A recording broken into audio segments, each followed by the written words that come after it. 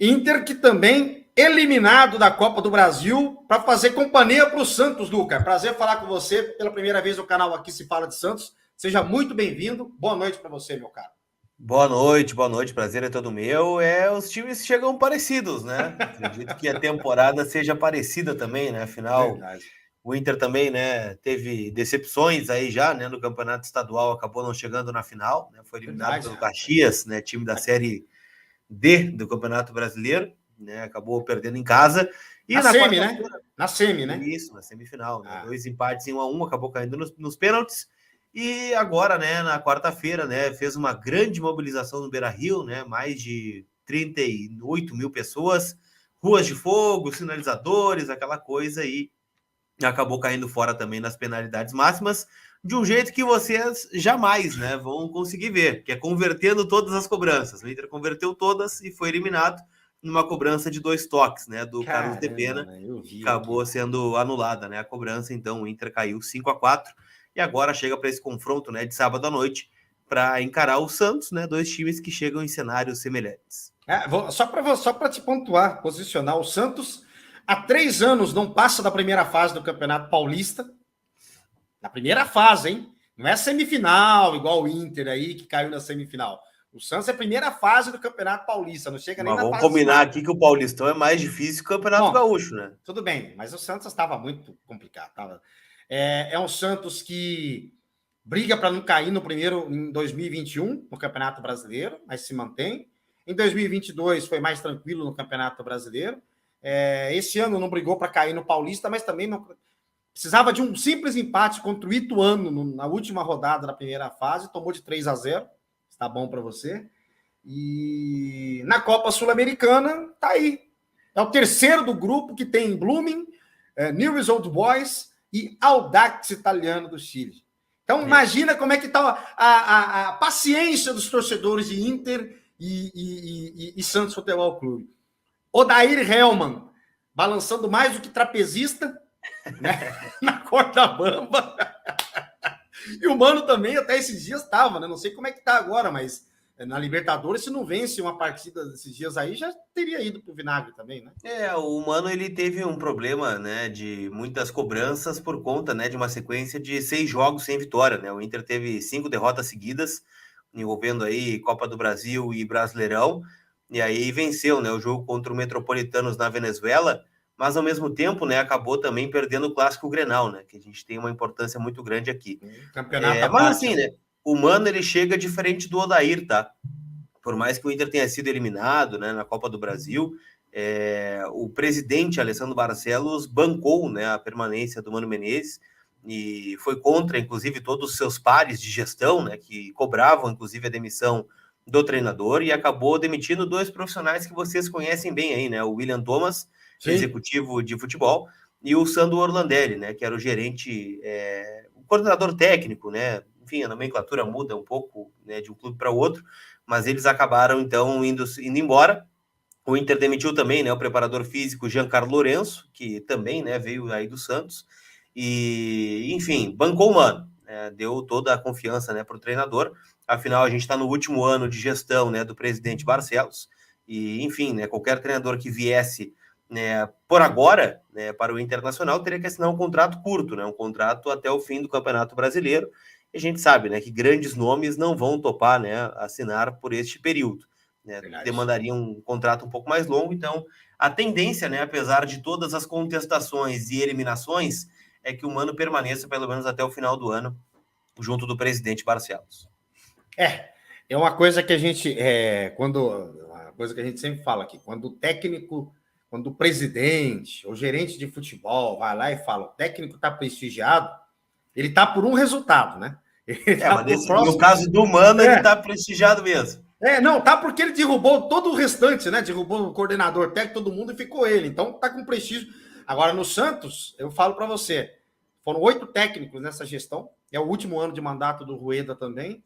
E é a mesma coisa, ele tá falando que não vai mandar, mas os resultados não estão acontecendo.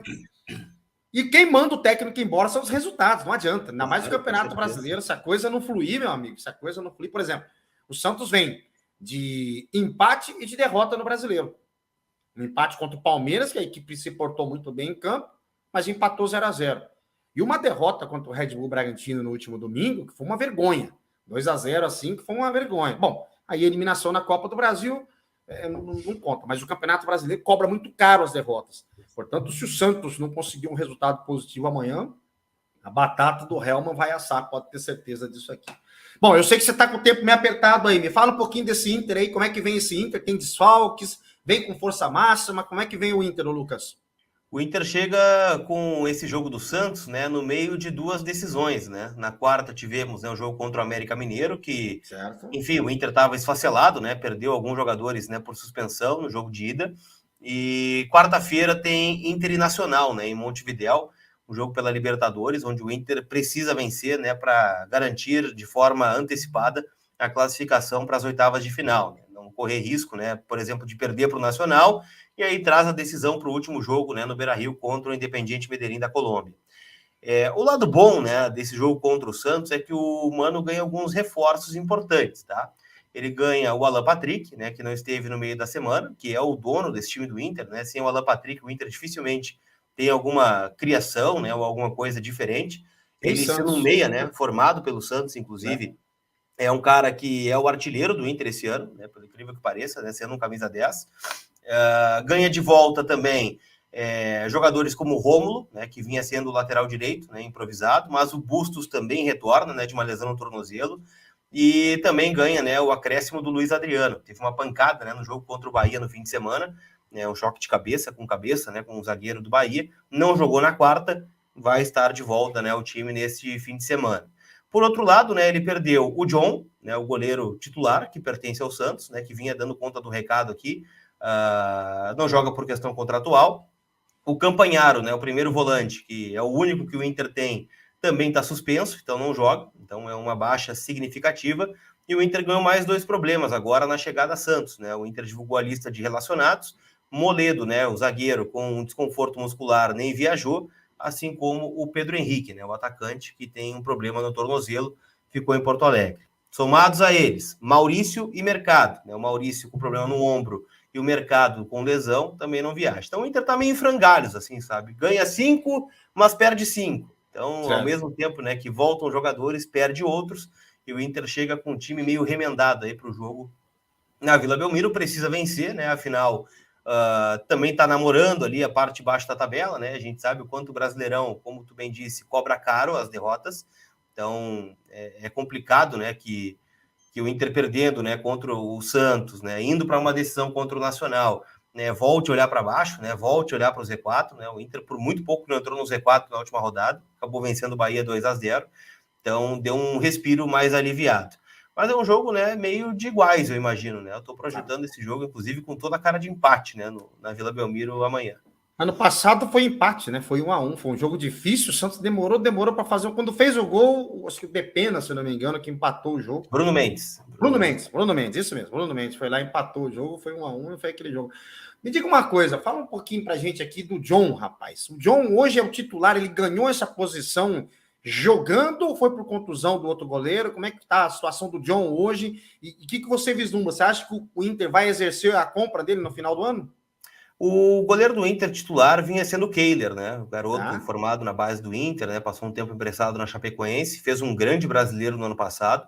Só que esse ano vinha sendo muito contestado, né? Tomando alguns gols fáceis, não são falhas, né? Não um frango, mas são gols aquele que o cara pensa assim, dava para ter chegado, dava para defender. E o que pesou muito, né, na do Kehler foram duas coisas. Primeiro, o golzinho em Grenal, né, que ele levou, né, 2 gols bem questionáveis, vamos dizer assim, e o fato, né, do time estar um pouco inseguro no setor de defesa, né, e muito se atribui isso à fase do Kehler.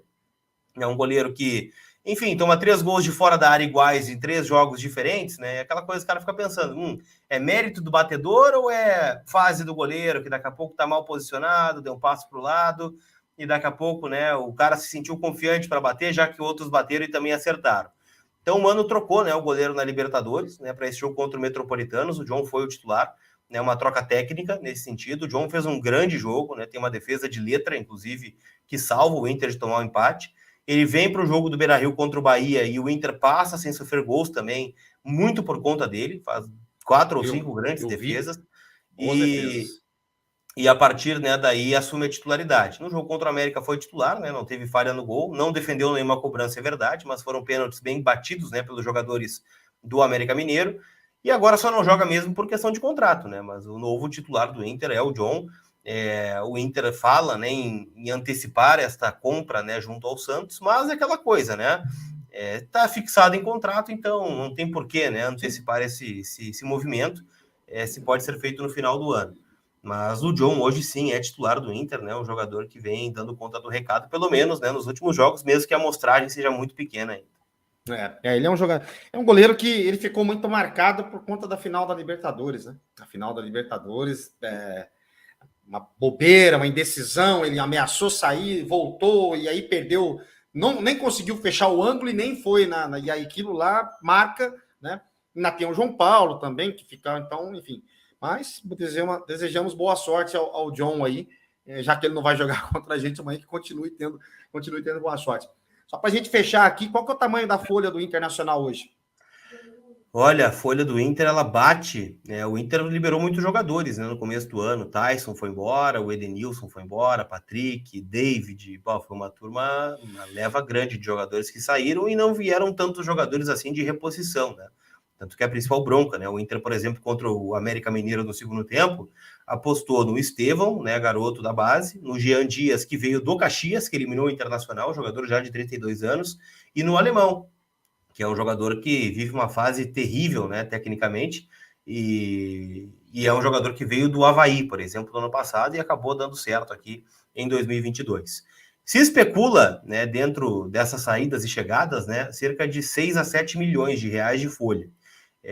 Lá na frente, né, quando o Inter, né, planeja, né, mais contratações na metade do ano, caso aí do Ener Valencia, né, o equatoriano que deve chegar, se fala no Cuejar, né, essa briga também que o Inter terá com o Corinthians, aí ela deve subir um pouquinho, né, deve voltar aos 10 milhões, que era a folha do ano passado, mas neste momento entre 6 e 7 é o que o Inter gasta mensalmente com o seu grupo.